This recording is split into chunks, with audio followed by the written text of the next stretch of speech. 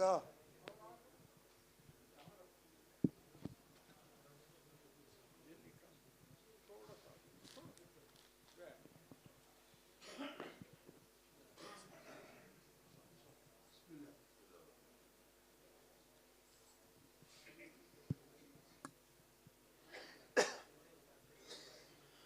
بسم الله الرحمن الرحيم. إن الله وملائكته يصلون على النبي يا أيها الذين آمنوا صلوا عليه وسلموا تسليما.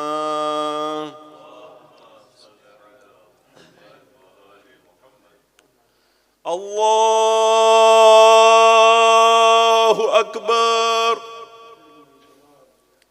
الله أكبر. الله أكبر. الله أكبر. أشهد أن لا إله إلا الله. أشهد أن لا إله إلا الله. أشهد أن محمدًا رسول الله. أشهد أن محمدًا رسول الله.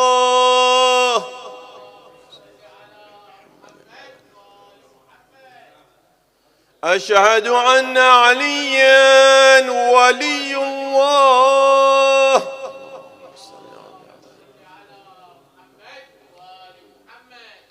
أشهد أن أمير المؤمنين وإمام المتقين عليًا حجة الله.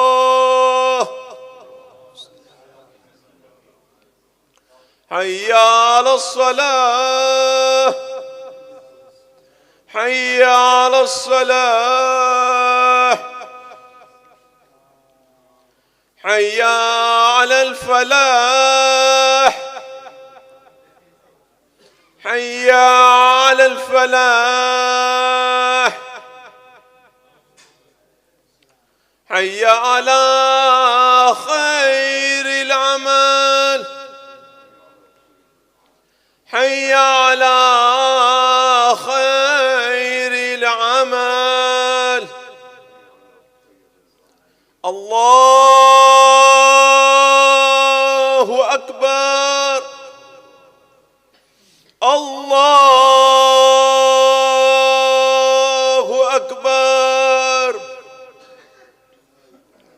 لا إله إلا الله.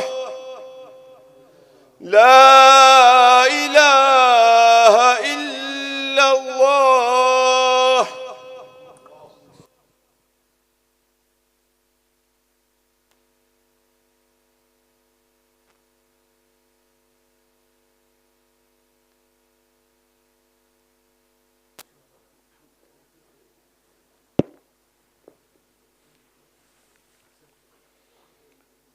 الله أكبر. الله أكبر. أشهد أن لا إله إلا الله. أشهد أن لا إله إلا الله. أشهد أن محمد رسول الله. أشهد أن محمد رسول الله. أشهد أن عليا ولي الله. أشهد أن عليا حجة الله. هيا على الصلاة. هيا على الصلاة. هيا على الفلاح. هيا على الفلاح. هيا على خير العمل. هيا على خير العمل.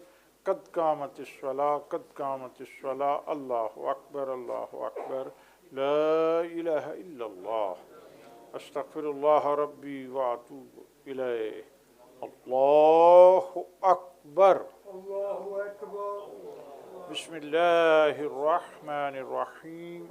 अल्हम्दुलिल्लाहि रब्बिल आलमीन अर्रहमानिर रहीम मालिकि यौमिद्दीन इय्याका नअबुदु व इय्याका नस्तईन इहदिनस सिरातल मुस्तकीम सिरातल लज़ीना अनअमता अलैहिम गैरिल मग़दूबि अलैहिम वलद्दाल्लीन। बिस्मिल्लाहिर रहमानिर रहीम।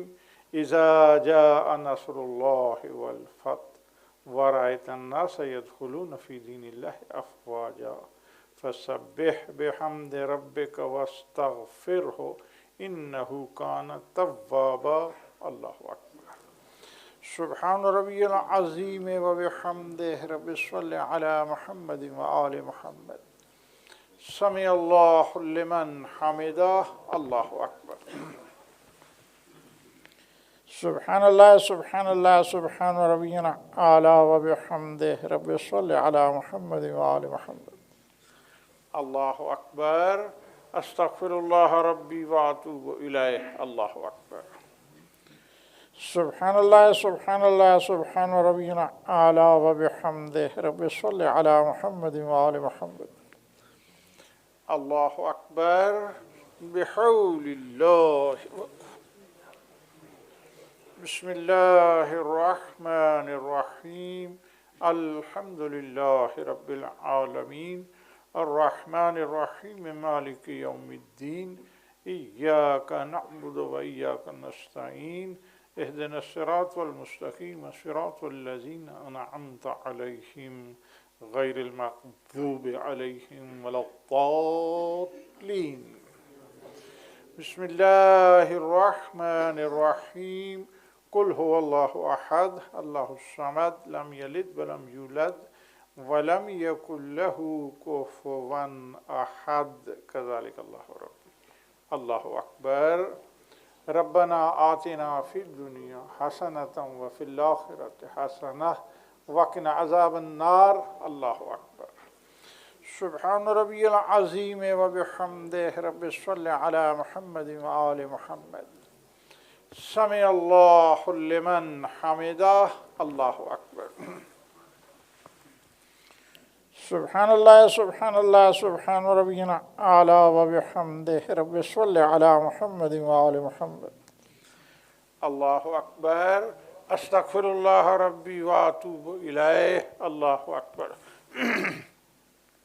सुब्हानल्लाह सुब्हानल्लाह सुब्हान रब्बियल आला व बिहम्दिहि रब्बि सल्लि अला मुहम्मद व आलि मुहम्मद। अल्लाहु अकबर। अल्हम्दुलिल्लाह। अशहदु अल्ला इलाहा इल्लल्लाह वहदहु ला शरीका लह व अशहदु अन्न मुहम्मदन अब्दुहु व रसूलुहु। अल्लाहुम्मा सल्लि अला मुहम्मद व आलि मुहम्मद बिहौलिल्लाहि व कुव्वतिही।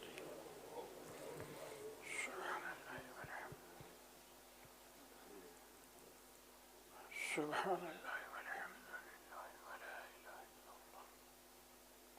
सुब्हानल्लाह वल्हम्दुलिल्लाह व ला इलाहा इल्लल्लाह। अस्तग़फिरुल्लाह रब्बी व अतूबु इलैह। अल्लाहु अकबर।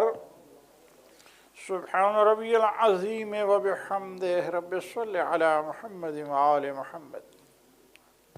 समी अल्लाहु लिमन हमिदा। अल्लाहु अकबर। सुब्हानल्लाह सुब्हानल्लाह सुब्हान रब्बियल आला व बिहम्दिहि रब्बि सल्लि अला मुहम्मद व आलि Muhammad.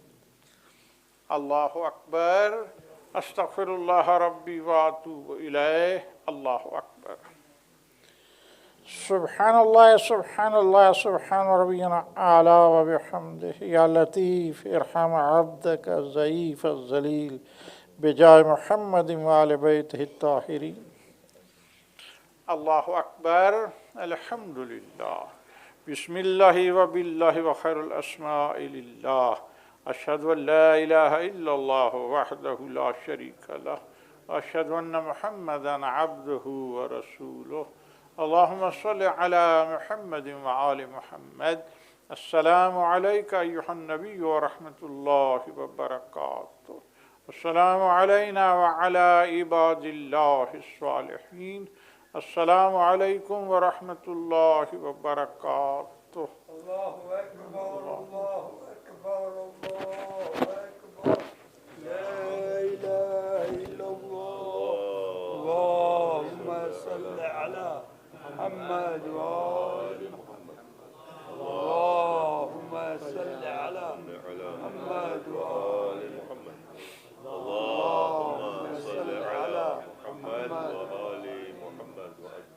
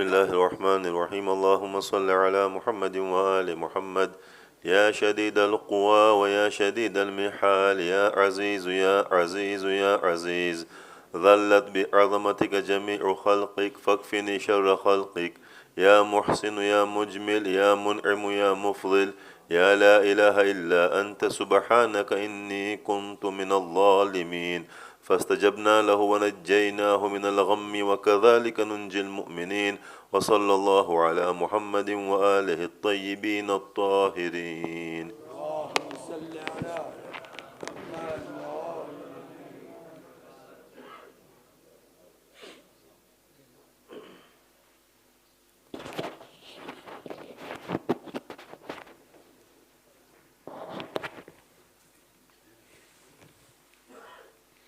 Allahu Akbar, Allahu Akbar, ashhadu an la ilaha illallah, ashhadu an la ilaha illallah, ashhadu anna Muhammadar Rasulullah, ashhadu anna Muhammadar Rasulullah, ashhadu anna Aliyan waliyullah, ashhadu anna Aliyan hujjatullah. Hayya ala as-salah, hayya ala as-salah, hayya ala al-falah, hayya ala al-falah, hayya ala khair al-amal, hayya ala khair al-amal. قد قامت الصلاة قد قامت الصلاة الله أكبر الله أكبر لا إله إلا الله أستغفر الله ربي وأتوب إليه الله أكبر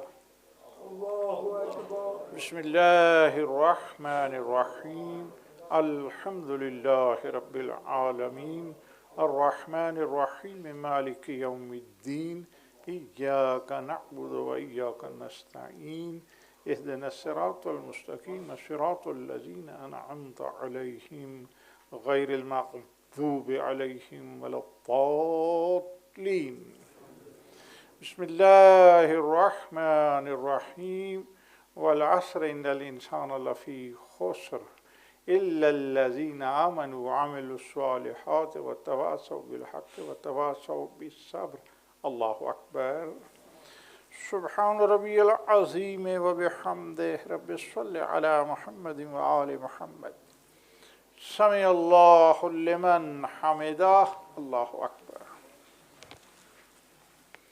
سبحان الله سبحان الله سبحان ربي الأعلى وبحمده رب صل على محمد وآل محمد الله أكبر أستغفر الله ربي وأتوب إليه الله أكبر سبحان الله سبحان الله سبحان ربنا أعلى وبحمده رب صل على محمد وآل محمد الله أكبر بحول الله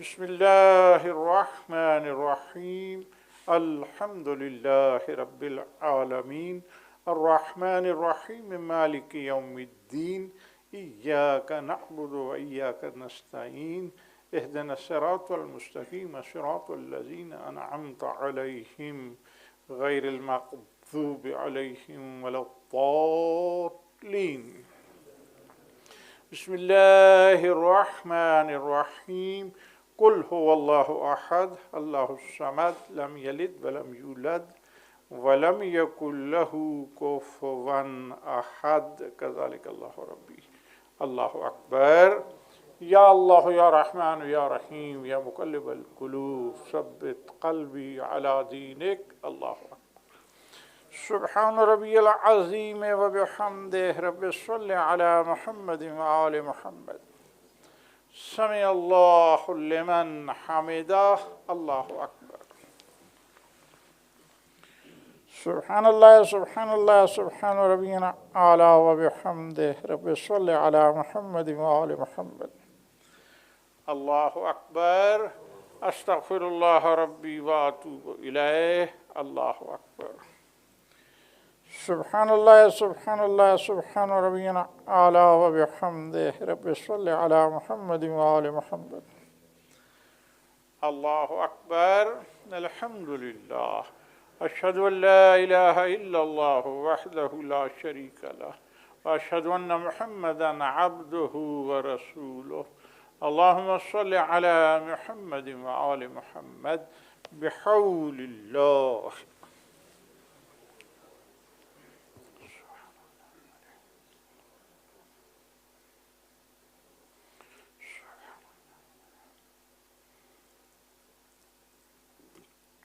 سبحان الله والحمد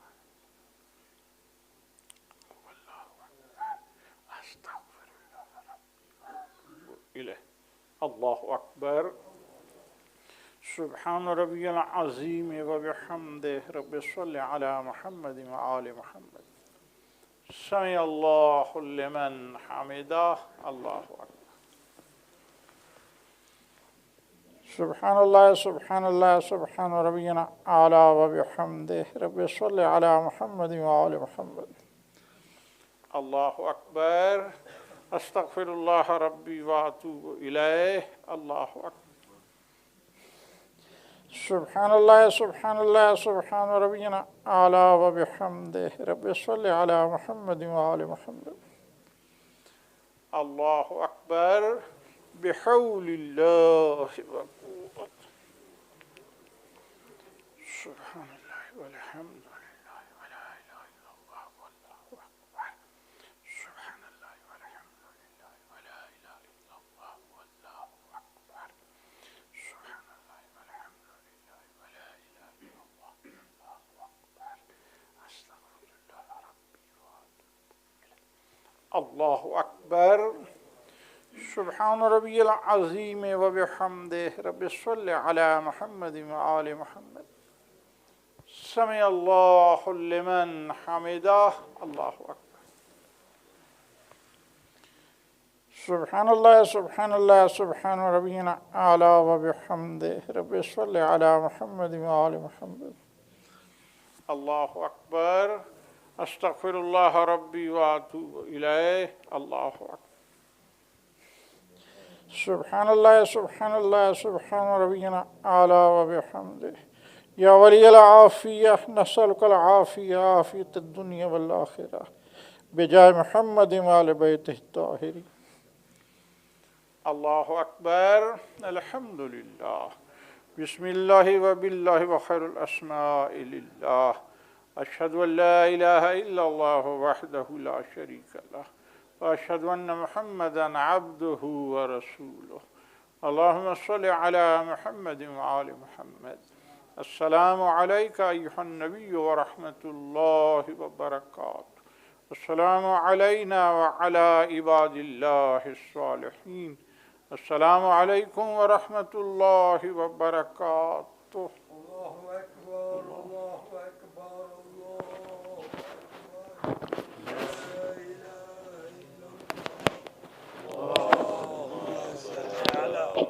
محمد وآله. اللهم صل على محمد وآله.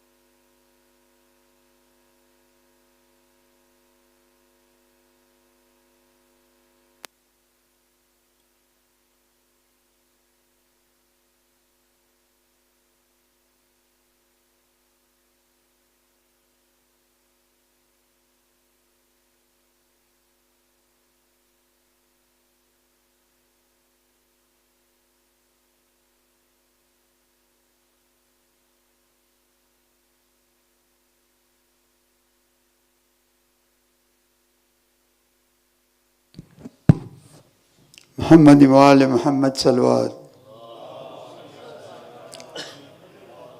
People who have come for funeral, after Isha dua, they should proceed to Maki. It's right outside here, Maki. Yeah.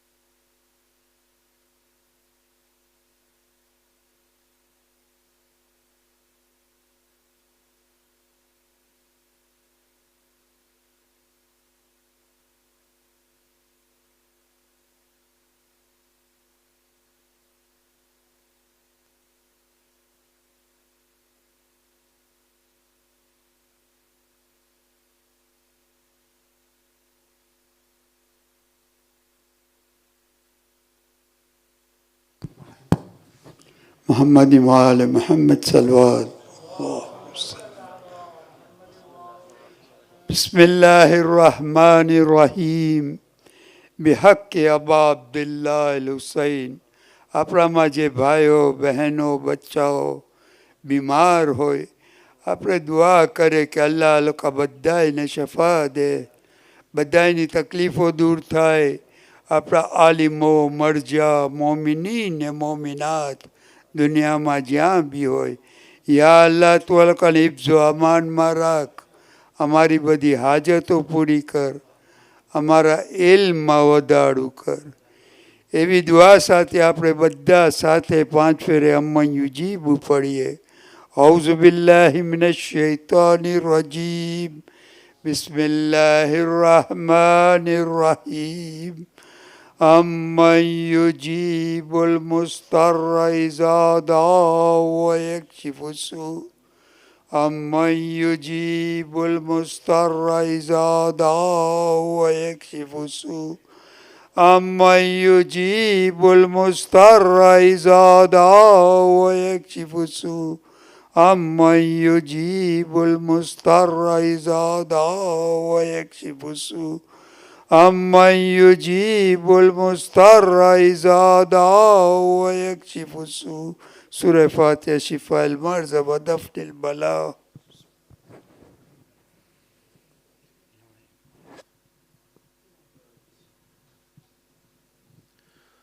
بسم الله الرحمن الرحيم اللهم صل على محمد وآل محمد يا شديد القوى ويا شديد المحال يا عزيز يا عزيز يا عزيز ذلت بعظمتك جميع خلقك فاكفني شر خلقك يا محسن يا مجمل يا منعم يا مفضل يا لا إله إلا أنت سبحانك إني كنت من الظالمين فاستجبنا له ونجيناه من الغم وكذلك ننجي المؤمنين وصلى الله على محمد وآله الطيبين الطاهرين.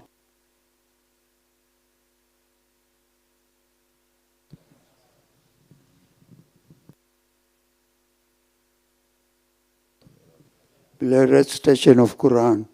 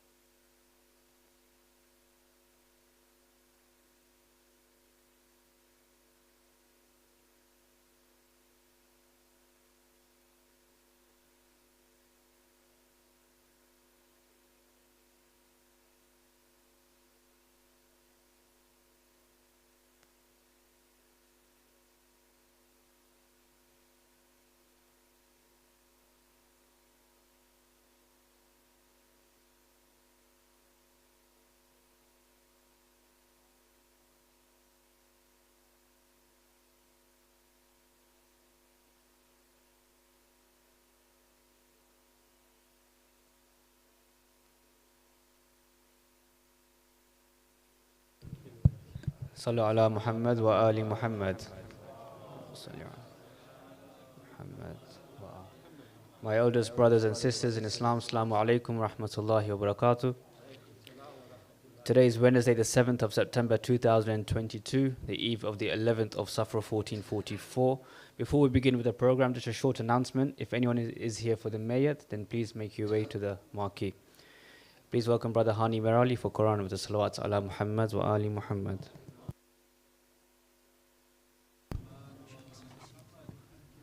أعوذ بالله من الشيطان الرجيم بسم الله الرحمن الرحيم والنازعات غرقا والناشطات نشطا والسابحات سبحا فالسابقات سبقا فالمدبرات أمرا يوم ترجف الراجفة تتبعها الرادفة قلوب يومئذ واجفة أبصارها خاشعة يقولون إن لمردودون في الحافرة أإذا كنا عظاما نخرة قالوا تلك إذا كرة خاسرة فإنما هي زجرة واحدة فإذا هم بالساهرة هل أتاك حديث موسى إذ ناداه ربه بالوادي المقدس طوى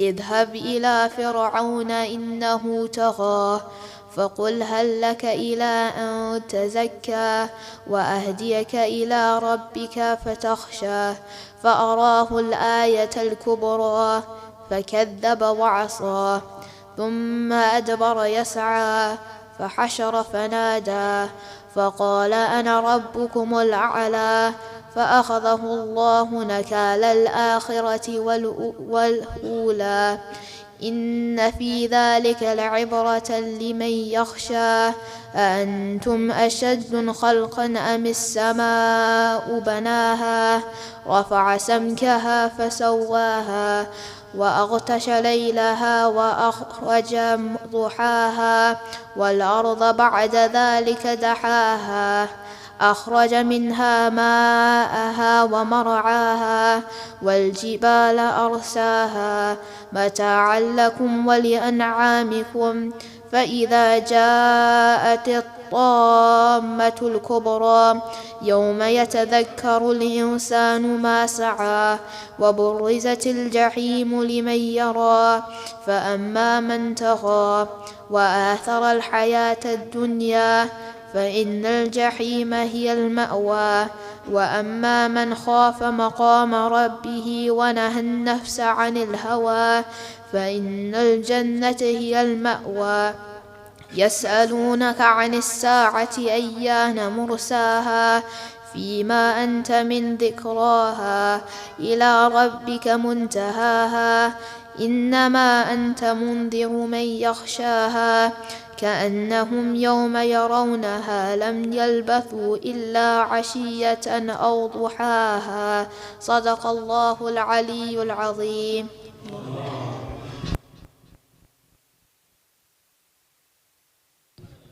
Ahsant. The announcements for today are as follows. We received some sad news. Marhuma Bilqis Raza Hussain Moti of Birmingham, who passed away today. Al-Fatiha.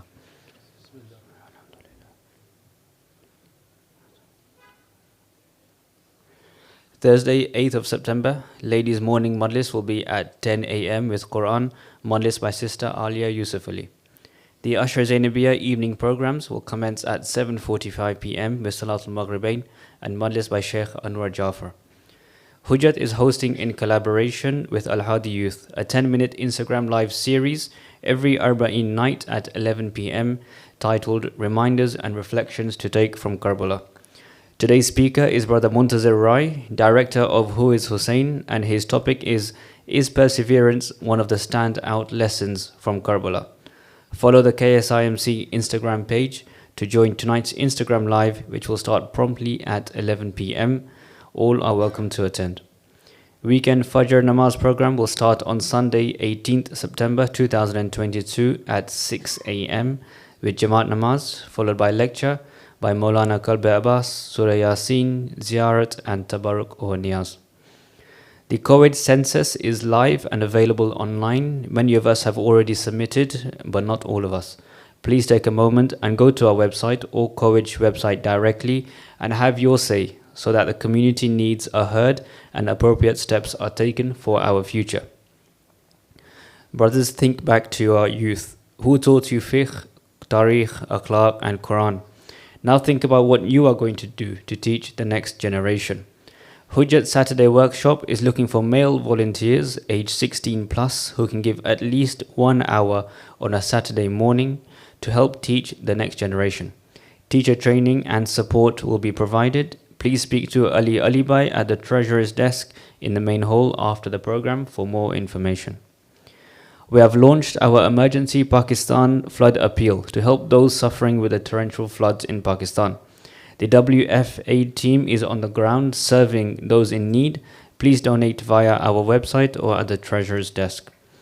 Recitation requests can be emailed to recite@hujjat.org. The Niyaz Fund is open. Please donate generously at the Treasury desk. Also, parking facilities have been arranged in the rugby overflow grass area for ladies' morning Majlis attendees. We'll now have Marthia by Brother Ammar Hussain Lalji. Please welcome him with the salawat ala Muhammad wa ali Muhammad.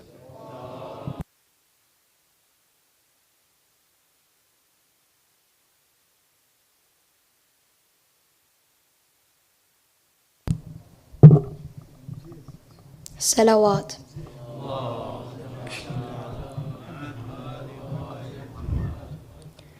No matter what trials I face, the memory won't be erased. Oh Father, the final embrace. No matter what trials I face, the memory won't be erased. Oh Father, the final embrace. In the desert where you would die, we cried in each other's arms. Forever we would be apart, 'cause my fate will be in the prison of Sham. We both will be blooded and bruised and buried without a shroud. The only difference is I will have no loved ones around. The dark and secluded jail is my ultimate resting place. Oh Father, the final embrace. No matter what trials I face, the memory won't be erased. Oh Father, the final embrace. I will not forget that day or the moment that we parted ways. Oh Father, the final embrace. I crawled on my hands and knees and clung onto your horse's hooves. I cried and I pleaded with him to stay still and not to move. Please don't take my father away. I can't sleep without his chest. He has been left alone. Please don't take him to his death. He is broken and wounded and thirsty for many days. Oh Father, the final embrace. No matter what trials I face, the memory won't be erased. Oh Father, the final embrace. I will not forget that day, or the moment that we parted ways. Oh Father, the final embrace. You mean everything to me, the best father that can be. Whenever I would better sleep, I would see you in my dreams. You'd catch me when I would fall. You'd come running when I call. Please stay with me, I implore. Oh Father, do you recall? Now watching you, my heart breaks when I see the tears on your face. Oh Father, the final embrace. No matter what trials I face, the memory won't be erased. Oh Father, the final embrace. I have lost so much today. I've seen everyone get slain. I can't bear to lose you too. Oh my Father, please just stay. I will trouble you no more. I will sleep upon the floor. Please stay with me, I implore. You know that I'm only 4. You know that this is no age to leave me without a trace. Oh Father, the final embrace. No matter what trials I face, the memory won't be erased. Oh Father, the final embrace. I will not forget that day, or the moment that we parted ways. Oh Father, the final embrace. You got off your horse and smiled, then opened your arms to me. I ran into your embrace and held you so lovingly. I said, if you have to go, I have got one last request. For only a little while, please let me sleep on your chest. You laid on the burning sands without uttering a phrase. Oh Father, the final embrace. I will not forget that day, or the moment that we parted ways.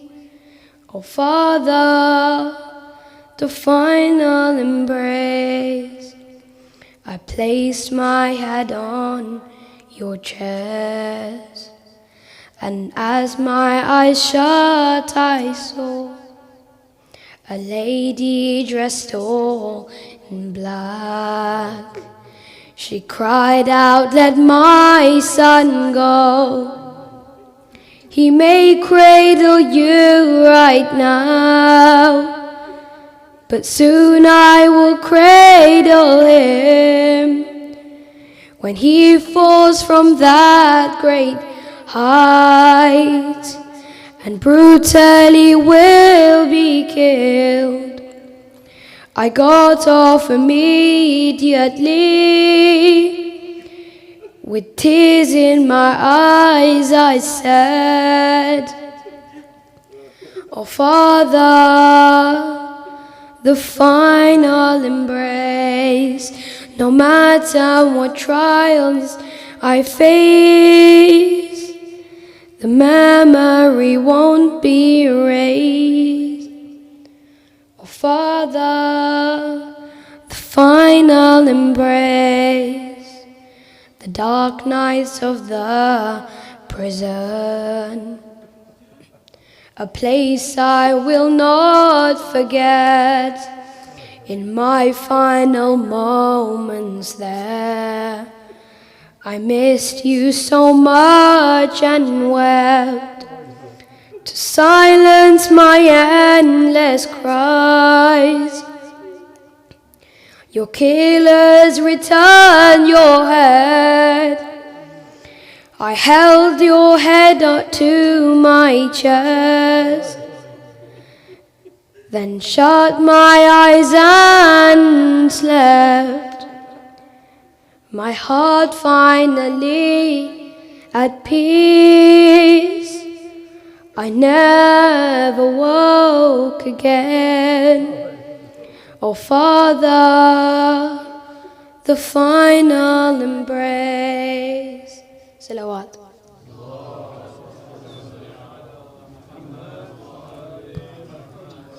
Ahsan Samara, that was beautiful. Please welcome Sheikh Anwer Jaffer to deliver his lecture with the salawat ala Muhammad wa ali Muhammad.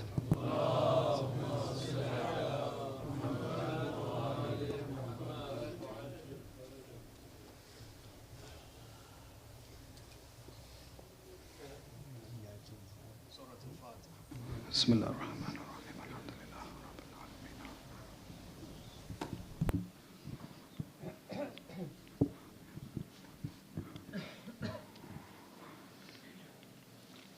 أعوذ بالله من الشيطان الرجيم. بسم الله الرحمن الرحيم. الحمد لله رب العالمين والصلاة والسلام على أشرف الأنبياء والمرسلين سيدنا ونبينا وحبيب قلوبنا وشفيع لذنوبنا وطبيب نفوسنا أبي القاسم محمد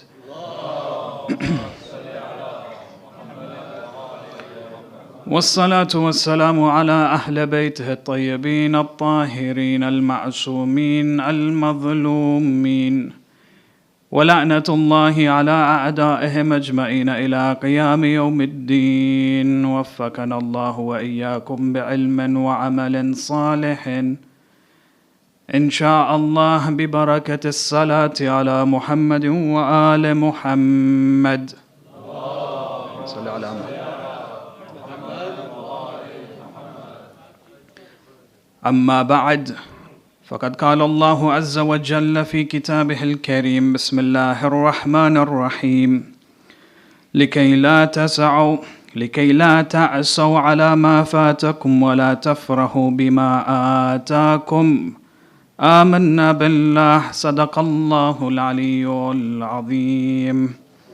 اللهم صل على محمد وعلى محمد. Respected elders, brothers and sisters, Assalamu alaikum wa rahmatullahi wa barakatuh.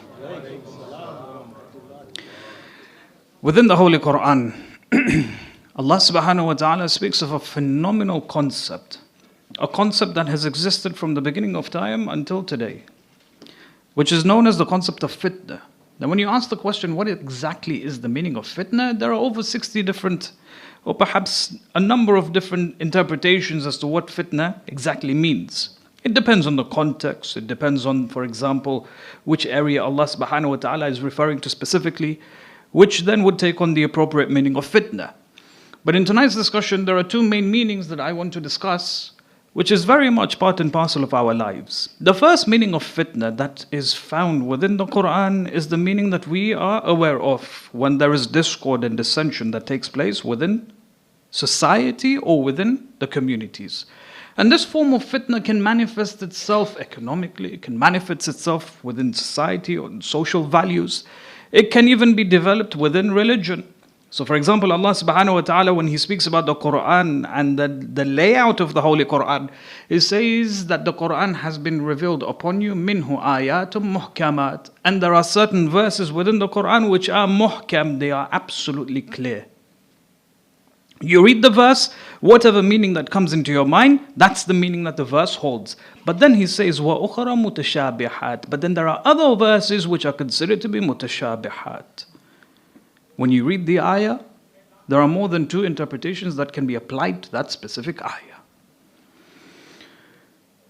In history, we've seen this countless times, that there are certain members, there are certain figures, for example, who have taken certain ayats of the Holy Quran and have given it different meanings, meanings which were not considered to be appropriate for the Holy Quran.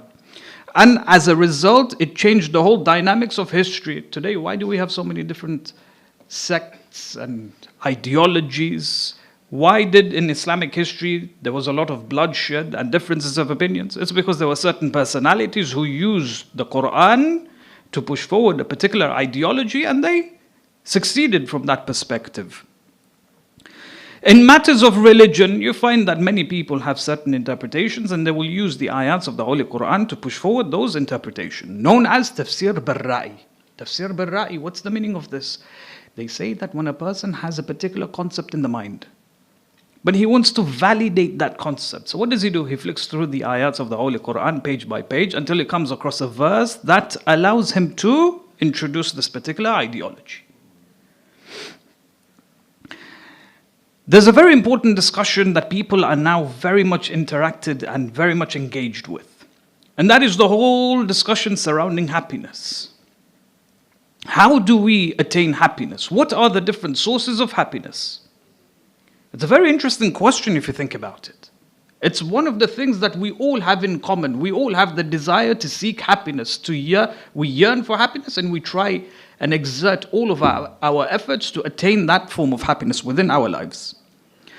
One of the things that people have understood, and they have come to submit to this falsely, is that they believe that happiness can only be acquired by external factors. So what you and I see around us, externally, things that we can observe, things that we can see, we use that to attain happiness. So wealth, for example. People often have the belief that a person who is wealthy is happy. Likewise, health. A person who is healthy, is fit and has a strong body, he has a strong mind, that is a manifestation of happiness. A person who is influential, a person who has fame, a person who has some power, some maqam within society or even in the community, you would say that this person, because of his position, he has a form of happiness. When you observe the Holy Quran, very interestingly, the Quran approaches the whole discussion of happiness by rebuking this particular ideology. Happiness can never be sought from external factors.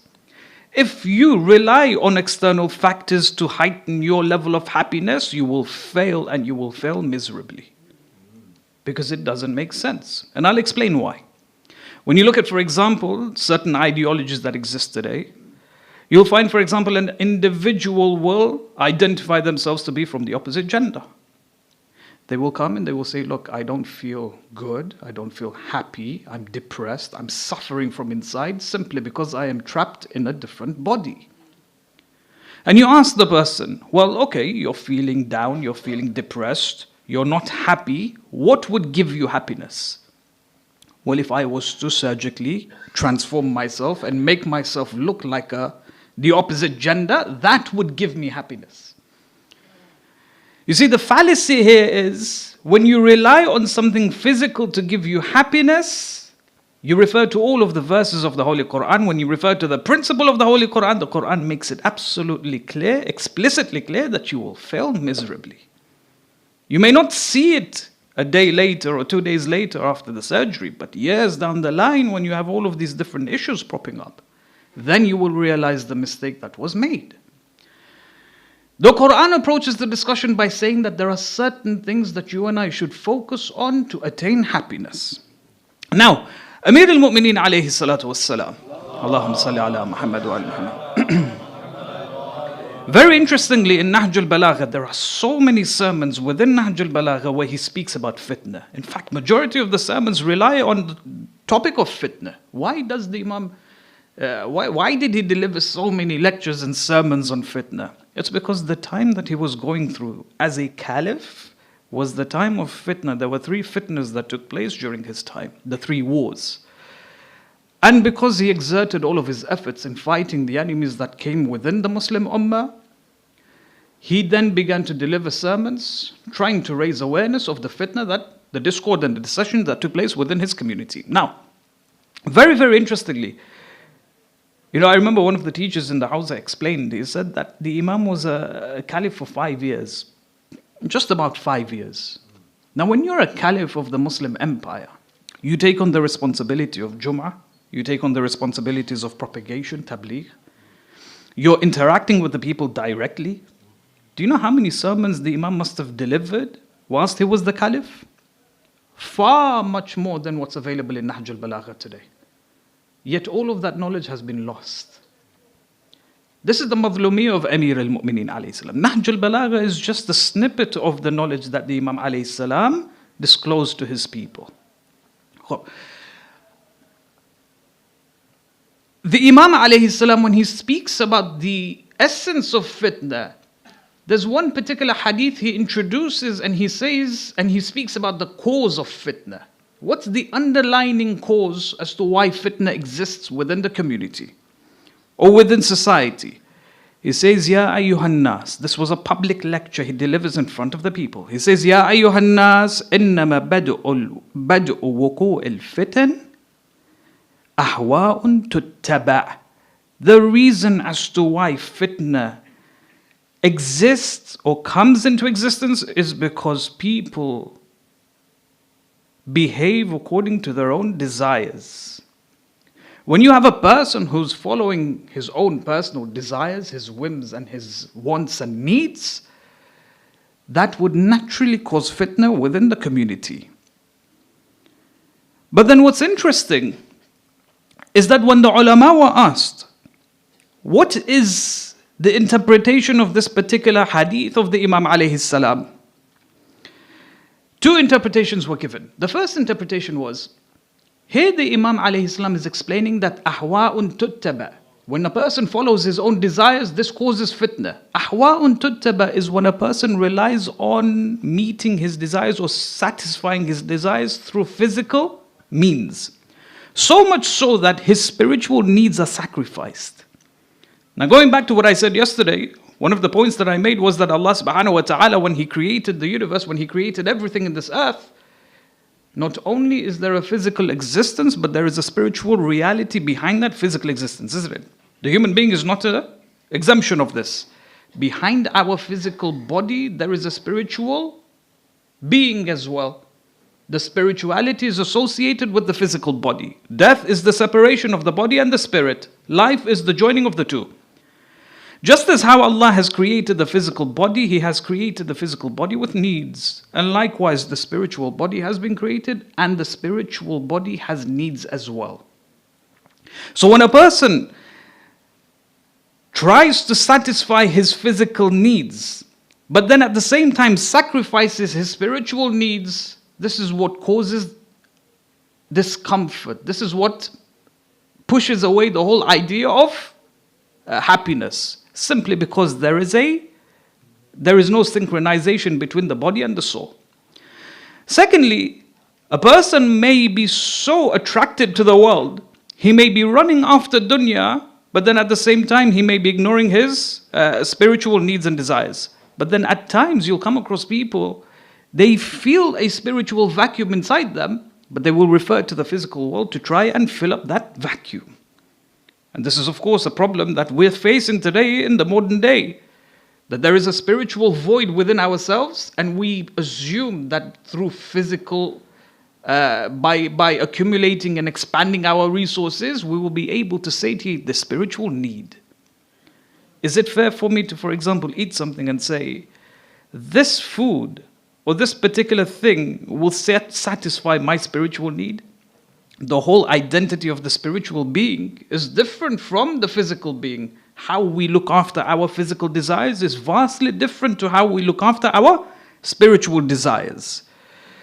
Sallu ala Muhammad wa ali Muhammad. So when you come across people who are now accumulating resources, trying to expand their wealth, trying to look after their health, trying to, for example, achieve a particular maqam in society, all of this is to satisfy this desire that the human being has, with the hope that he fulfills the spiritual void that's there within him. But the Quran comes forward and explains that that is a false reality in achieving happiness. A person will never be able to achieve happiness if he is running after the world. There's a very interesting approach to this particular discussion.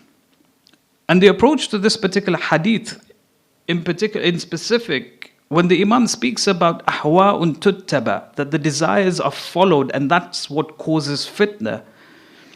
I remember a scholar explaining this. He said, when a person abandons the desires to look after the ruh, when the ruh begins to starve and the person does not nurture the ruh, there is an imbalance that is caused. And at the same time, what happens is he forgets his identity from within. When you look at our desires are unlimited. There's no cap to it. But what the world can offer is only limited.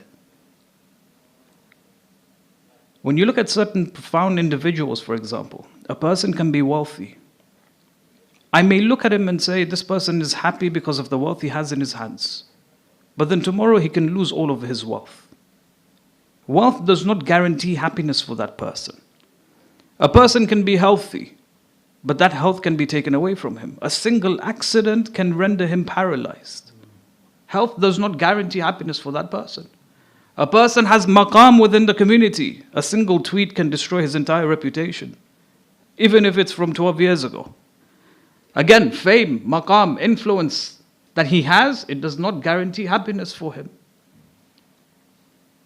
When we understand this, we realize that, hold on a second, what the world has to offer me is not unlimited, it's limited.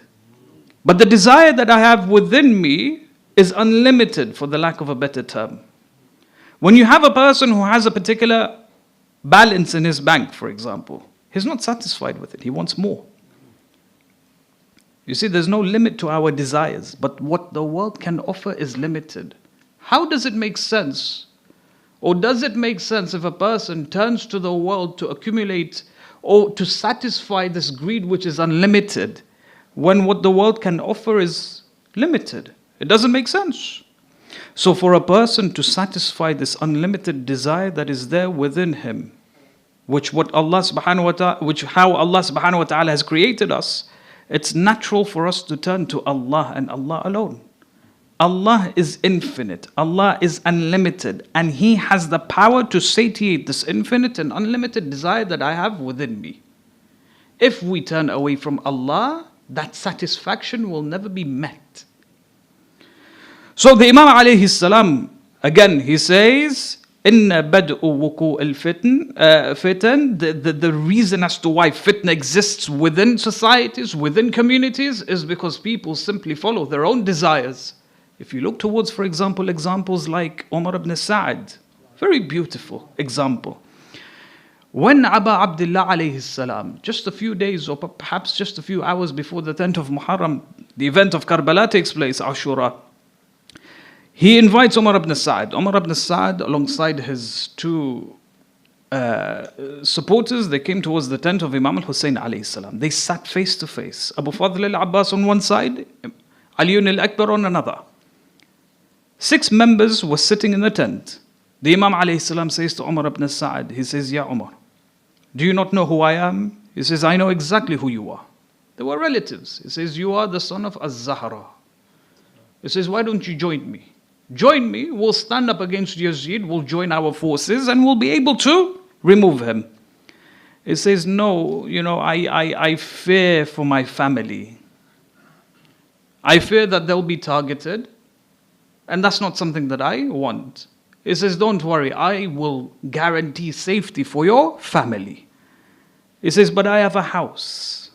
And it's a nice house, it's a luxurious house. The Imam ﷺ says, I will guarantee a house for you. He says, no, but alongside the house I have a farmland. It's a nice business, good revenue. He says, I will make sure that you have a farmland of an equal size or even bigger. And then he says, but Ray, the governorship of Ray, that's not something you can give me. And that's something that has been promised towards me. When Ibn Ziyad made that promise to him, the head of Abu Abdullah alayhi salam, and in turn he will be given governorship of Ray, that was enough for him to do what he did. On the 10th of Muharram, he was the first person who shot the arrow towards the caps. And he turned towards the companions and he said, make sure that you tell Ibn Ziyad that I was the one who initiated the battle. When the Imam heard all of his excuses, and there was one answer after another, the Imam turns to him and says, may God curse you. Yabn Sa'ad, you will never see the governorship of Ray. And in fact, very soon they will enter your house and they will kill you, they will slaughter you in your own bed. Very interestingly, when he returns to Ibn Ziyad, of course, he didn't write down anything that he would give him the governorship of Ray. Ibn Ziyad retracts all of his statements, he recedes the offer, and he lost everything. 5 years, between 5 to 6 years, they came into the house of Umar ibn Sa'ad and they killed him. Very interestingly, there's a comment that was made. They said all of the enemies that gathered on Karbala, on the 10th of Muharram, they had the intention to suppress the message of Abu Abdullah alayhi salam. But they all failed. Not only did they were not able to suppress the message of Abu Abdullah alayhi salam, in fact for others they strengthened the love for Abu Abdullah alayhi salam. So not only did they lose dunya, but alongside it they lost akhirah as well. I'll give you another example. The Battle of Jamal. Amir al-Mu'mineen alayhi salam. Allahumma salli ala Muhammad wa ala Muhammad. The Imam alayhi salam, when he speaks to Talha and Zubair. Now Talha and Zubair, they gave support to the Imam alayhi salam. After the assassination of Uthman, they came towards the Imam alayhi salam and they gave him support. They said, you become the next governor, the next caliph. Your support, we'll give it to you. They supported the Imam alayhi salam with the hope that the Imam would turn around and say, Talha, you be in charge of Basra. Zubair, you be in charge of Kufa, for example. Or Medina, or wherever. They supported the Imam in return for governorship. When the Imam became the Caliph, he turned to them and said that you two are not qualified to be governors. And this was disheartening for them. Enough so, they came towards the Imam one day and they said, we're going towards Mecca for Umrah. We'll see you in a bit. The Imam alayhi salam turns to them and he says, I know exactly why you're going towards the city of Mecca. And of course, the whole Battle of Jamal takes place. When the Battle of Jamal finishes, when he sees all of the corpses on the ground in the battlefield, thousands were killed in the Battle of Jamal. Imagine the ramification, the social ramification it has within the community. When men were killed and families were left to look after themselves. That has a massive implications and ramifications within society as a whole. As he's looking towards the bodies, he comes towards the body of Zubair and he says, these individuals, they shot the arrow but they missed. Meaning what? Meaning that they were searching for something. They were searching for power and influence because they thought that it would bring them happiness, it would bring them success, but they missed. And they lost everything. They lost this world as well as the hereafter. Allah mentions in the Holy Quran that it is not through external factors that a person seeks happiness or receives happiness. In fact, one of the most powerful ways in which a person receives happiness is through taqwa. When you develop that affinity and that relationship with Allah, Allah will lighten your heart with things and that would make you happy. Even if you have nothing in the world, as long as there is content within the heart, that nur of Allah is there within the heart, that is better than the mountains of gold. He says, for example, وَلَوْ أَنَّ أَهْلَ الْقُرَى, and if the people were to آمَنُوا وَاتَّقُوا, they were to believe and they were to develop themselves spiritually, لَفَتَحْنَا عَلَيْهِمْ بَرَكَاتِ السَّمَاءِ وَالْأَرْضِ. Allah subhanahu wa ta'ala would have opened the heavens and the earth for them. It's very interesting. Taqwa, Allah says that one of the effects of it is we will open up the heavens and the earth for them. The prosperity that would be given to them is because of the effect of taqwa. There is a spiritual link between happiness, success, even when it comes to material success, expanding one's resources, and developing a link with Allah subhanahu wa ta'ala. The second area of the discussion, we live in a society where majority of our viewpoints, majority of our understanding of life, the philosophy that we have developed of life and how to live, you realize that majority of it's been taken from society. What society thinks as a majority. This concept is known in the Holy Quran as al-akthariyya. When you follow the majority viewpoint. And the society that we live in today, if a person was to stand against the whole concept of what the majority believe in, you're cancelled. There's a whole dimension behind this, isn't it? The cancel culture. Where if you were to, for example, voice an opinion that goes against, in opposition towards what the majority believe, they will shut you down without thinking twice. So if a person was to, for example, challenge the whole precepts of democracy, we live in a world where democracy is, people have gone to war to preserve democracy or to establish democracy. Blood has been shed to preserve democracy. Plato was the first one who questioned democracy. When you refer to the books of Plato, he says that my understanding of democracy is that the people should not be in charge in choosing a leader of a society. He says, you're an optician, you're a lawyer, you're a dentist, for example. What do you have to do with politics? He says, you're a person who sells things in the market. What do you know about politics? Let politics be in the hands of politicians. Let the politicians choose a leader of a country, for example. Democracy, he had a very strong stance against democracy. But today, if a person was to stand and openly oppose the whole concept of democracy, you're cancelled. Likewise, many of these different ideologies. Atheism is the new thing that's coming in or has been introduced in the communities. If a person who is a person of religion and identifies himself to be a religious person, you find that he's belittled. Yes, he's made a fool of. Simply because he goes against the majority viewpoint. But when you refer to the Holy Quran, the Quran introduces this concept from a whole different perspective. Allah demeans the majority. Allah doesn't say good things about the majority at all. So for example, Allah subhanahu wa ta'ala says, وَلَكِنَّ أَكْثَرَهُمْ لَا يَعْلَمُونَ. The majority of the people do not know. They do not have ilm. Or for example, he says, وَلَكِنَّ أَكْثَرَهُمْ لَا يَشْكُرُونَ. Majority of the people are not thankful. They consume and consume and consume, but there is no thanks in return. He says, بَلْ أَكْثَرُهُمْ لَا يُؤْمِنُونَ. Majority of the people do not believe. وَكَانَ الْإِنسَانُ عَجُولًا. Mankind is hasty. They're very quick to make decisions. Every time we make a decision, it's a decision that is based on hastiness. Nothing good comes from being hasty. Or for example, he says, إِنَّ الْإِنسَانَ لَفِي خُسْرٍ. Man is at loss. The Quran doesn't say بَعْضُ الْإِنسَانِ فِي خُسْرٍ. That some human beings are at loss. He says the majority of the human beings are at loss.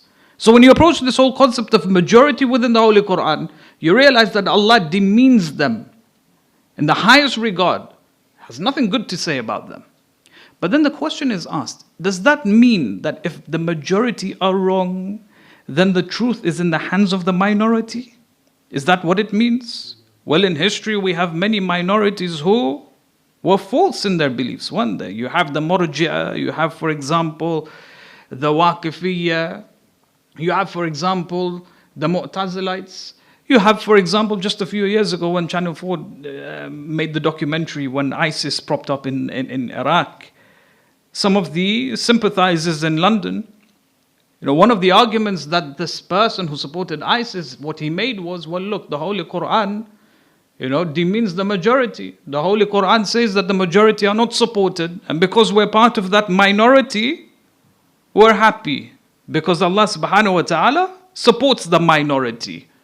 If that's the case, then does that mean that the truth is in the hands of the minority?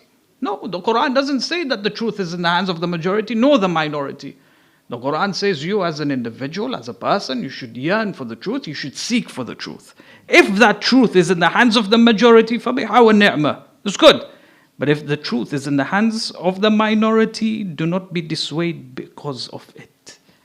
Amir al-Mu'mineen has a beautiful hadith. He says, وَلَا تَسْتَوْحِشُوا فِي طَرِيقِ الْهُدَى لِقَلَّةِ مَنْ يَسْلُكُهُ. Do not look at the truth, and if you look towards the truth and you find it in the hands of the minority, do not walk away from it just by looking at the number of people who have taken it. Take the truth, establish it, look for it. When you find it, submit to it, even if it's in the hands of the minority. And the Quran gives us countless examples. When you look at the example of Talut, when Talut then takes his army towards Jalut, he says, you will come across a river. When you come across that river, under the heat of the sun, you'll be thirsty, but do not drink from the river. You find that majority of his army drank from the river. When he came and he caught up with them and he realized that majority of his armies are drunk from the river, he tells them, pack your bags and go home. I don't need you to fight for me alongside my other companions in opposition to Talut. They asked him why. He says, because I cannot trust soldiers who will use or behave according to their desires. I need soldiers who are strong. Aqlan, they have to be intellectually strong. Not soldiers who submit to their whims and desires. And all of them went home. Nuh alayhi salam, 950 years in Tabligh. How many people followed him in the end? They say there were 80 members in the ark. 80 people joined him in the ark. The rest perished in the deluge, in the flood. Then you have, for example, the story of Badr. How many stood alongside the opposition? Ghadir, how many supported the Imam alayhi salam? 100,000, 120,000 people there witnessed the Prophet make the sermon. How many supported him after the death of the Holy Prophet of Islam? Then you have, for example, Karbala. So we have countless examples in history where the minorities stood against the majority, but then Allah aided those minorities. And Allah gave them strength, and they are remembered even today. Imam alayhi salam, Imam Sadiq salawatullahi wa salamuhu alayhi. Allahumma salli ala Muhammad. There's a very beautiful hadith in Rawdat al-Kafi. Sheikh al-Kulaini, there's a section known as Rawdat al-Kafi. This particular hadith, the full-sightedness of the Imam can be seen in this hadith alone. The Imam alayhi salam, he speaks about the manifestations of fitna. He speaks about how societies will adopt certain behaviors and certain principles, and he says, when you see this in your society, know and understand that this is what fitna is. And it's a lengthy narration. Let me share just a few ideas of what the Imam alayhi salam says. He says, وَرَأَيْتَ الدِّينَ قَدْ إِنْكَفَى كَمَا يَنْكَفِئُ الْمَاءِ. He says the religion and the principles of the religion of Islam will begin to recede the way the water recedes in the shore. He says, and you will see أَهْلُ الْبَاطِلِ, the people of falsehood, قَدْ أَسْتَعْلَوْا عَلَى أَهْلِ الْحَقِّ. They will have authority over those who are the believers. The disbelievers will have authority over the believers. And then he says that the mu'min will be rendered into silence when he sees defiance against Allah subhanahu wa ta'ala happening in the open. The mu'min, when he tries to speak out, he will be forced into silence. He says the fasiq, the open sinner, the one who violates the sharia of Allah subhanahu wa ta'ala, when he lies, the people will not even bother correcting him. People will consume and will believe in his lies. And then he says, he goes on and on and on. He speaks about all of the different demographics of fitna that will take place within the community, within society, economically, and so on and so forth. And then he speaks about the young ones. He says the young ones, they will be arrogant towards the old. The families will break relationships with one another. And then he says, this is a very important one, he says, وَرَأَيْتَ بَيْتَ اللَّهِ قَدْ أُطِّلَ وَيُؤْمَرُ بِتَرْكِهِ. He says that you will see the house of Allah subhanahu wa ta'ala, it will be abandoned. People will stop going towards Umrah. People will stop going towards Hajj. He says no. In fact, people will advocate the abandoning of Umrah and Hajj. It's very interesting. These are the nights of Arba'in. We understand there is some makhsus to go towards the ziyarat of Karbala. But then we spend more time going towards Iraq and Iran, performing the ziyarah of the A'immah. We don't spend much time going towards the Bayt of Allah subhanahu wa ta'ala. There is some form of takhassusi, some form of speciality, spiritual speciality when it comes towards the performance of Hajj and Umrah and so on and so forth. As in the A'immat al-Athar, they used to go towards Hajj many times, multiple times throughout the years. Every year they would go for Hajj as well. There is some spiritual significance behind that. Then when it comes to, for example, fitna within relationships, Imam Sadiq alayhi salam, he begins to predict and prophesize how communities will behave, how people and members within the communities will behave. He says, وَرَأَيْتَ الرِّجَالِ يَتَسَمَّنُونَ لِلرِّجَالِ.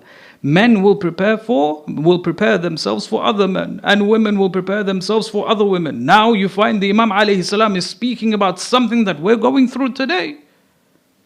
The reason why Imam Sadiq alayhi salam has authority for me within this religion is because the foresightedness that he had, that he was able to predict all of these things during his time. He says, اِكْتَفَى الرِّجَالُ بِالرِّجَالِ. Men will be content with men. وَالنِّسَاءُ بِالنِّسَاءِ. And women will be content with women. وَرَأَيْتَ النِّسَاءَ يَتَزَوَّجْنَ بِالنِّسَاءِ. He says that women will marry other women as well. وَرَأَيْتَ الْحَلَالِ يُحَرِّمْ. What are considered to be halal, it will slowly become haram. In fact, speaking about such halal, they will be rendered into silence. They will be forced into silence. وَرَأَيْتَ الدِّينَ بِالرَّأِي. Religion will be interpreted based on opinions. وَأُطِّلَ كِتَابُ وَأَحْكَامَ. He says the kitab of Allah and the ahkam of Allah subhanahu wa ta'ala, this will be ignored completely. It will be shoved aside. The foundations of fitna, going back to the hadith of Amir al-Mu'mineen alayhi salam, is when a person follows his own desires. What's the solution behind all of this? There are so many ideologies out there, sometimes it's very confusing to keep up. Sometimes it's very hard to keep up. Sometimes the line between truth and falsehood is very... One of the best things that we can do is to develop basira. A person can only develop foresightedness if he spiritually cleanses himself, if he works towards Allah and he moves towards Allah, he creates a link with Allah, Allah will shine a nur in his heart. Haqq and batil will be made very clear for him. Hope today I can't do that. Let's say, for example, there are many sins that stop me from enhancing my level of foresightedness. What do? Look towards those who are religious. Look towards the ulama. Look towards, for example, the maraja. Not because of their knowledge, but because of their spirituality. These individuals, because of their spirituality, are able to see right from wrong. When they give advice, sometimes it's helpful to take on their advice. Their advices are based on wisdom, and it can most definitely help and serve us within our lives. Look at the people of Haqq, and you will know exactly what the truth is. The second meaning of fitna that's used within the Holy Quran is imtihan. When you and I go through certain trials and tribulations that we go through within our lives, the adversities that we go through within our lives, Allah labels this with the word fitna. So for example, it says, أَحَسِبَ النَّاسِ. Does man think that he will be left alone in this world? أَن يَقُولُوا آمَنَّا. And he goes on to say that I believe. وَهُمْ لَا يُفْتَنُونَ. لَا يُفْتَنُونَ. And he will not be tried and tested. It says trials and tribulations are a part and parcel of our lives. وَعَلَمُوا أَنَّمَا أَمْوَالَكُمْ وَأَوْلَادَكُمْ fitna. Understand that your wealth and your children will be a trial and a test and an examination for you. knowing and understanding that my life is a life full of trials and tribulations, with it, alongside it, there are ups and downs. There are fluctuations of emotions, aren't there? At times I'm happy because of, for example, the comfort that I go through, the blessings that Allah subhanahu wa ta'ala has given me. Sometimes I'm sad and I'm in grief. I'm in distress because of the adversities I'm going through. There are times of khair as well as times of distress. Allah says, وَمِنَ النَّاسِ مَن يَعْبُدُ اللَّهَ عَلَى حَرْفٍ. Then there are those who worship Allah subhanahu wa ta'ala, but their belief and their worship is just there on the tip of their tongues. What does that mean? And then he goes on to explain. He says, فَإِنْ أَصَابَهُ. And when goodness comes towards them, they turn towards religion and they say it's because we are Muslims that Allah has favored us. But when sadness or adversities come towards them, they turn towards religion and they say it's because we are Muslims that Allah is trying us. It's very beautiful when you look at the sabab and nuzul, the reason as to why this verse was revealed. They say a few nomads, a few villages, they embraced the religion of Islam. When they embraced Islam, Allah opened up the earth for them. They flourished. A lot of wealth was given to them. Their businesses flourished. Their families multiplied. They had a lot of khair coming towards them. They turned around and they said, look, Allah has favored us because we have embraced Islam. But then there was a time of distress. They incurred losses. Their families went through trials and tribulations. They went through certain stages of grief, for example. And then they turned and they said, it's because we are Muslims that Allah is pushing us through all of these adversities. In fact, majority of them even left the religion of Islam because of this. You see, when these verses are mentioned, use it as a form or an opportunity to reflect. Let there be a process of introspection. When I go through an adversity in my life, how do I behave? How do I react? Do I turn towards the religion of Islam and start pointing at Islam and say, it's because I'm a Muslim that Allah subhanahu wa ta'ala is allowing me to suffer in this way? Aba Abdullah alayhi salatu wassalam. Allahumma salli ala Muhammad. Very interestingly, he says, Inna an-nasa abid ad-dunya. As he's moving towards Karbala, Kufa has abandoned him. Kufa has not shown any support or loyalty towards him. He's now going towards the lands of Karbala. One of the sermons he delivers is this. He says, Inna an-nasa abid ad-dunya. Man in nature is a slave of this world. He doesn't say ba'd an-nas abid ad-dunya. He says man as a whole is a slave of this world. وَالدِّينَ لَعْكٌ عَلَىٰ أَلْسِنَتِهِمْ. He says in religion and the values of religion is just there on the tip of their tongues. يَهُوتُونَهُ مَا دَارَتْ مَعَايِشُهُمْ. They go wherever the prosperity of life is. As long as they satiate their physical desires, that's exactly where they turn towards. فَإِذَا مُحِسُّ بِبَلَاءٍ. When bala approaches them, when they go through series of adversities, قَلَّ الدَّيَانُونَ.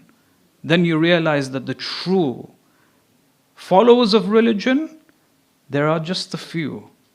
They are like a handful in a whole community. What's the solution behind this? We all go through adversities, times of comfort, times of discomfort.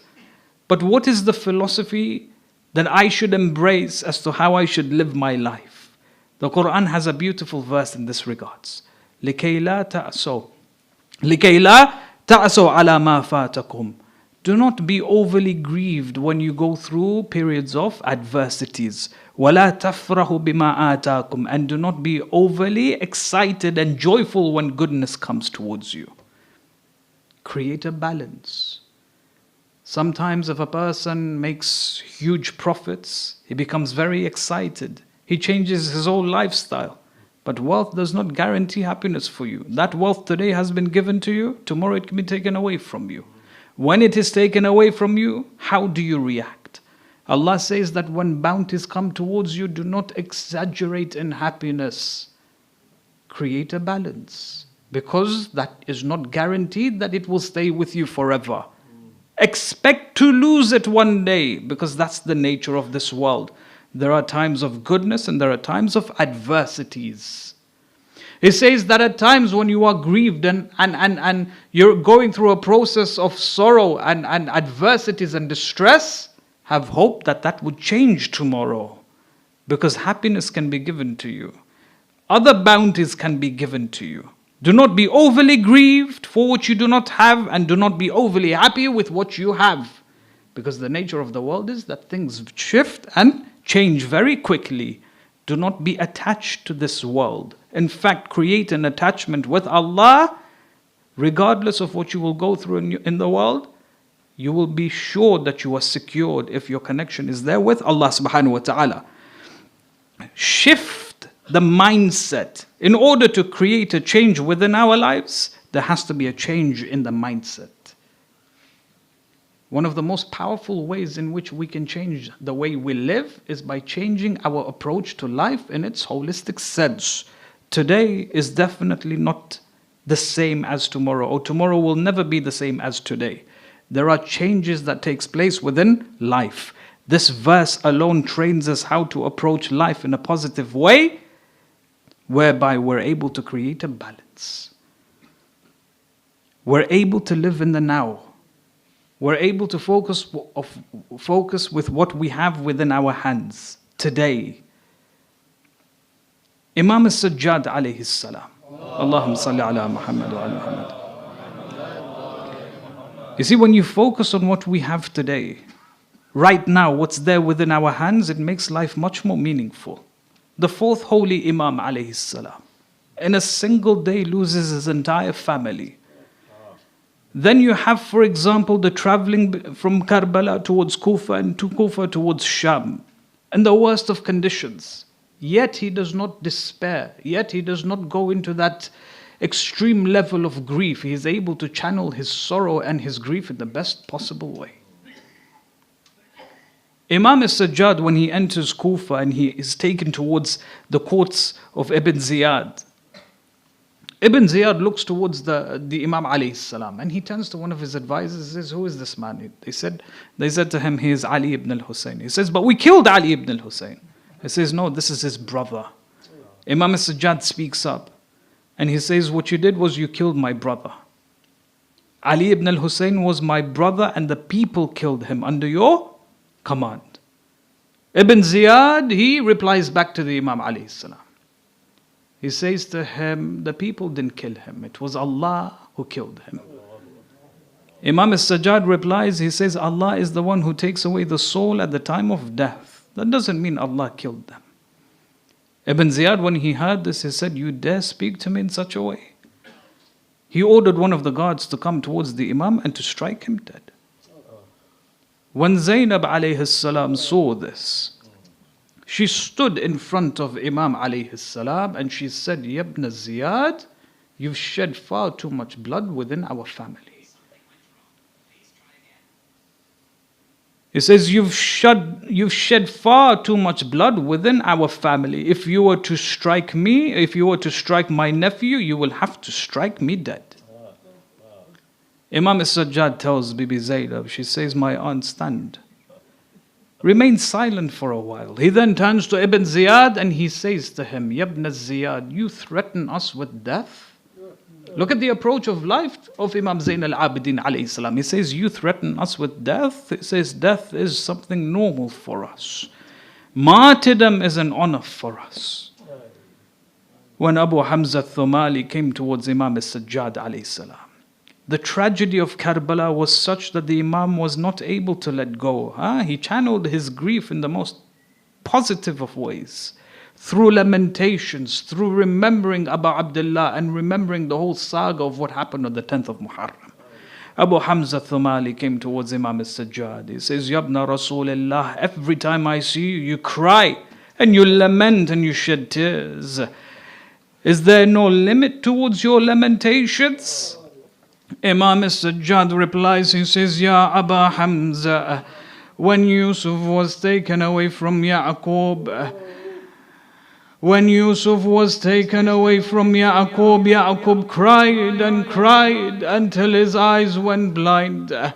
He says he knew that Yusuf was just a few days away from him. Ya Aba Hamza, I witnessed my brothers and my father and my cousins slaughtered in front of me. Ya Aba Hamza, I witnessed 17 members of my family slaughtered before me. Then Abu Hamza Thumali says to the Imam, he says, Yabna Rasulallah, al-qatlu lakum aada wa shahada lakum karamatum min Allah. He says, but killing is a part and parcel of your family. Your grandfather, your grandmother, your father, your brothers, all of them were killed. It's a norm in your family. Not only that, but shahada is an honor for you, a blessing that Allah has given you. Doesn't that serve as solace for you to try and move on from this tragedy? Then the Imam alayhi salam replies, Ya Aba Hamza, shakara Allahu sa'yaka ya Aba Hamza. Tell me, Ya Abu Hamza, وَهَلْ سَبِيَ النِّسَاء لَنَا عَادًا. When my women were taken as prisoners, dragged from one city towards another, was the scene as a norm for me and my family?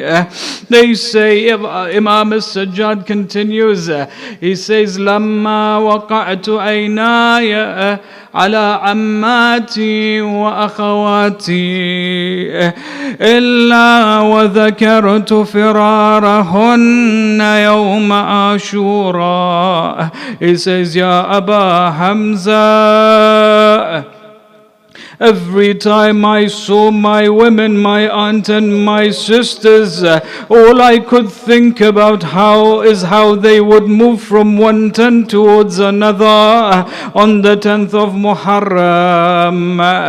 حتى ينادي المنادي احرقوا بيوت الظالمين. I saw my women moving from one tent towards another until Umar ibn Sa'd came forward and said, burn the houses, burn the tents of the Zalimeen. Ya Aba Hamza, listen to the grief and the cries of Imam Sajjad alayhi salam. On the 10th of Muharram, Hamid ibn Muslim narrates, he says, whilst the tents were burning, I saw a woman standing alongside the tent and her clothes, her hijab caught fire. I said to her, oh woman, move away from the tent, your clothes are on fire.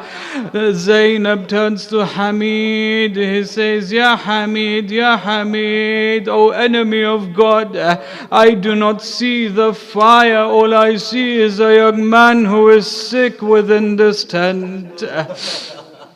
Thereafter, Zainab, she gathers, she enters the tent, she helps Imam al-Sajjad, she tells him, Yabna Rasulullah, my nephew, what should we do? Imam al-Sajjad says, Ya Amma Zainab, furru ala wujuhikum bil bayda.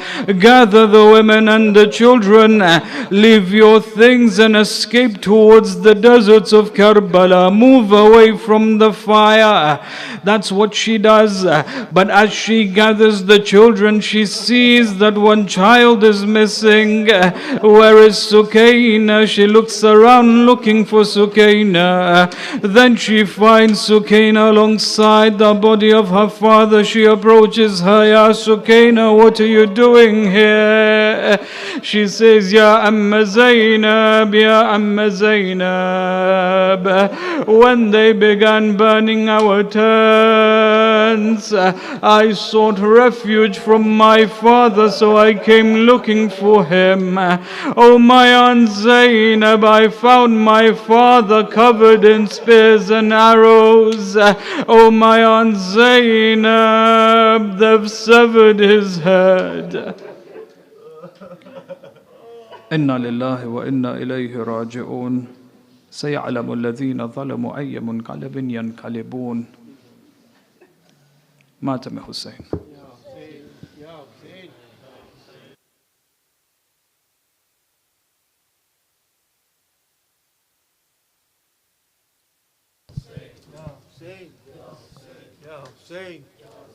Ya Hussein, Ya Hussein, Ya Hussein, Ya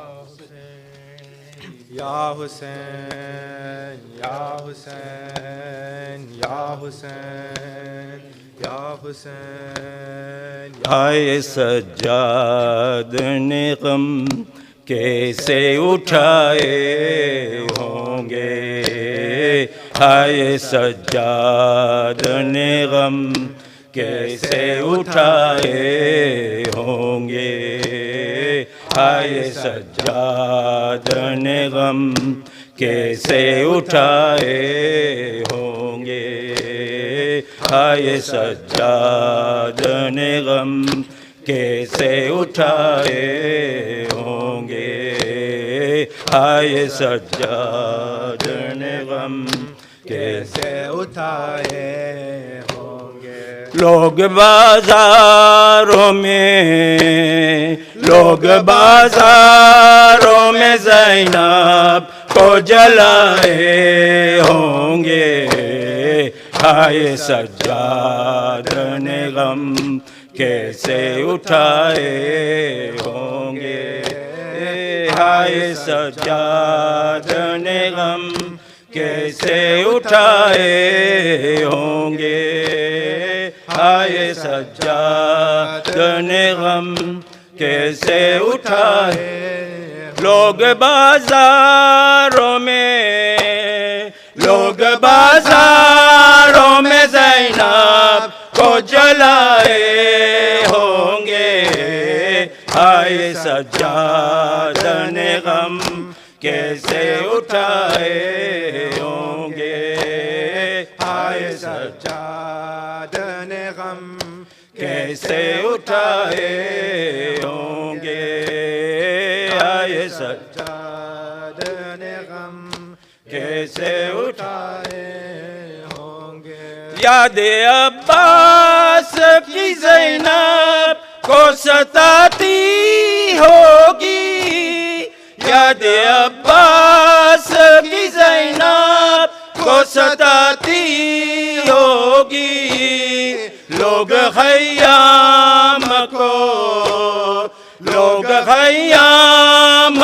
जब लूटने आए होंगे, आए सज्जाद ने गम कैसे उठाए होंगे, आए सज्जाद ने गम कैसे उठाए होंगे, आए सज्जाद ने गम कैसे उठाए होंगे। न अलमदार न कासिम और न अकबर ही रहे, न अलमदार न कासिम और न अकबर ही रहे, कैसे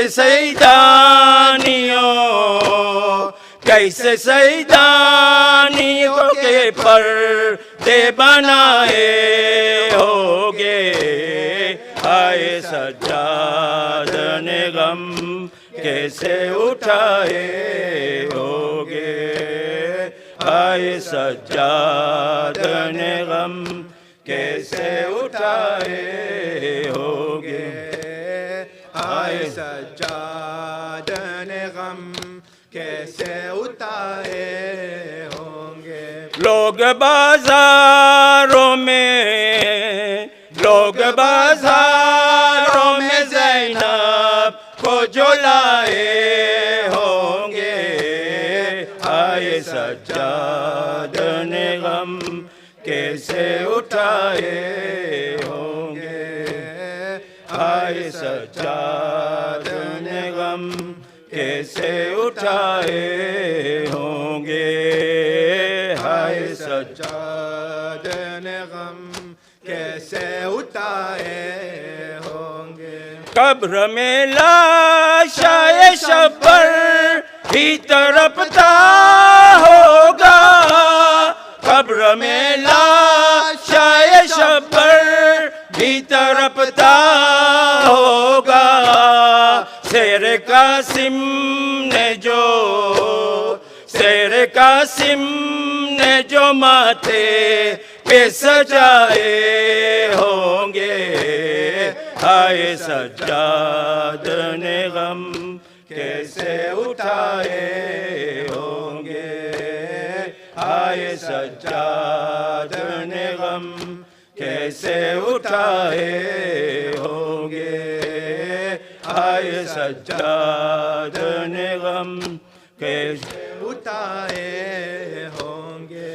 पीर बियामत थी और सर पे रिदाए भी न थी, पीर बियामत थी और सर पे रिदाए भी न थी, कैसे नामूसने,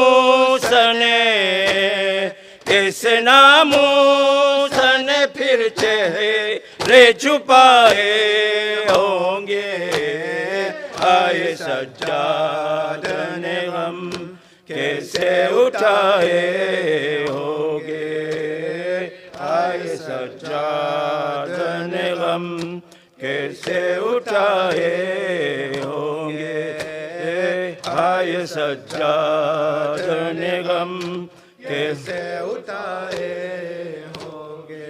सोचो अख्तर जरा ज़ैनब का हशर क्या होगा, सोचो अख्तर जरा ज़ैनब का हशर क्या होगा, सर शहीदों के जो, सर शहीदों के जो जालिम ने उठाए होंगे, हाय सज्जाद ने गम कैसे उठाए होंगे, हाय सज्जाद ने गम कैसे उठाए होंगे, हाय सज्जाद ने गम कैसे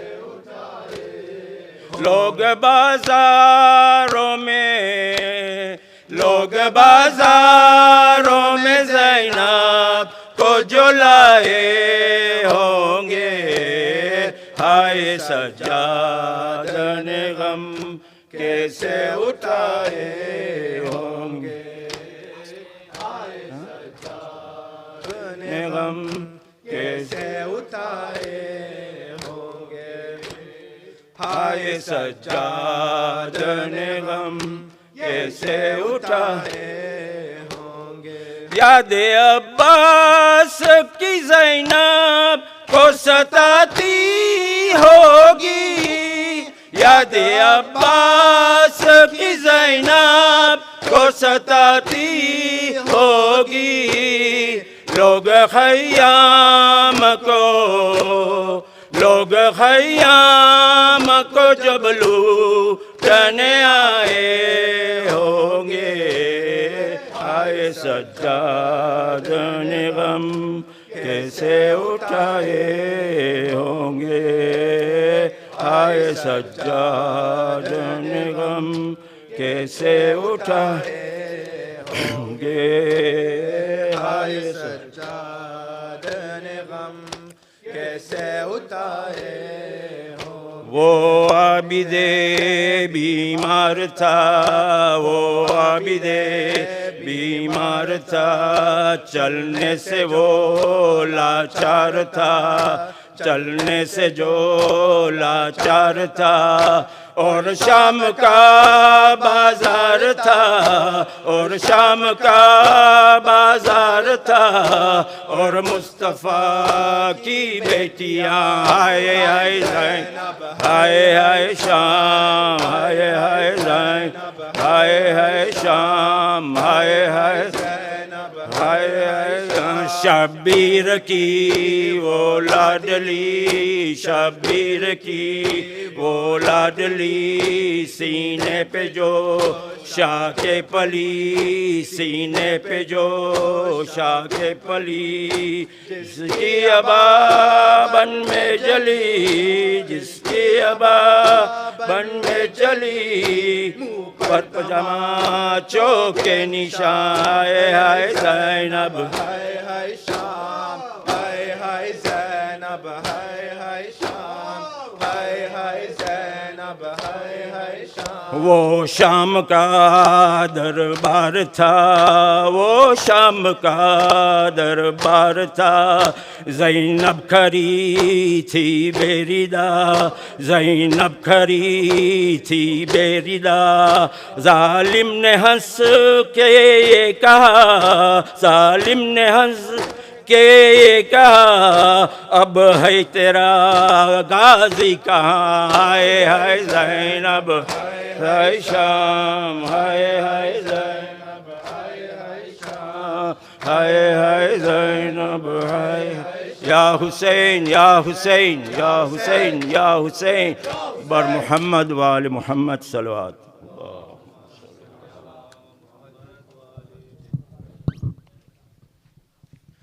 बिस्मिल्लाहिर्रहमानिर्रहीम।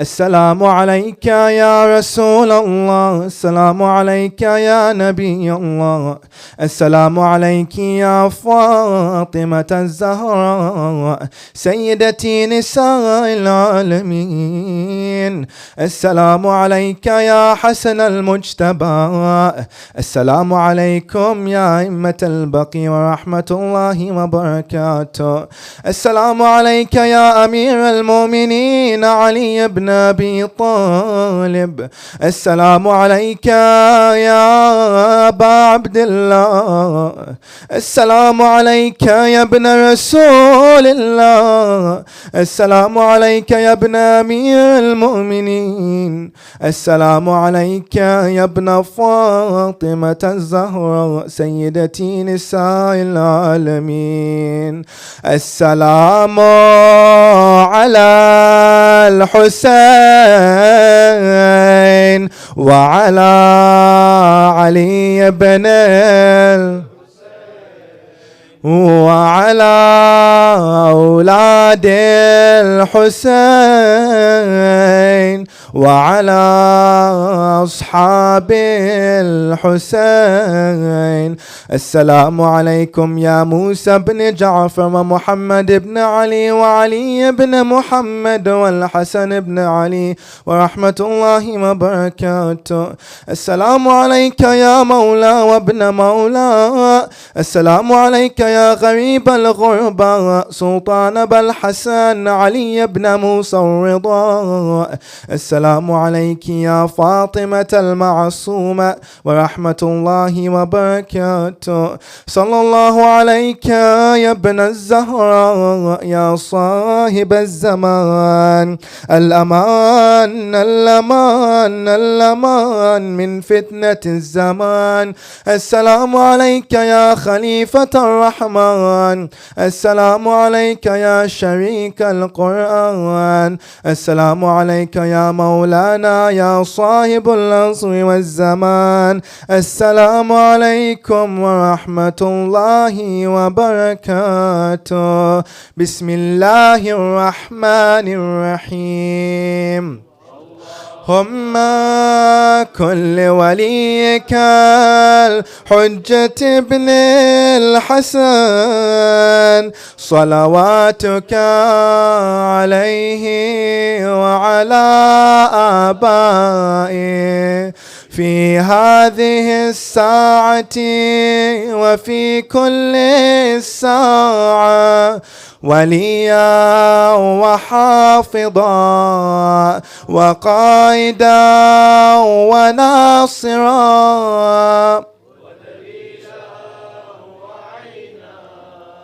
حتى تسكنه أرضك طوعا وتمتعه فيها طويلا برحمتك يا أرحم الراحمين.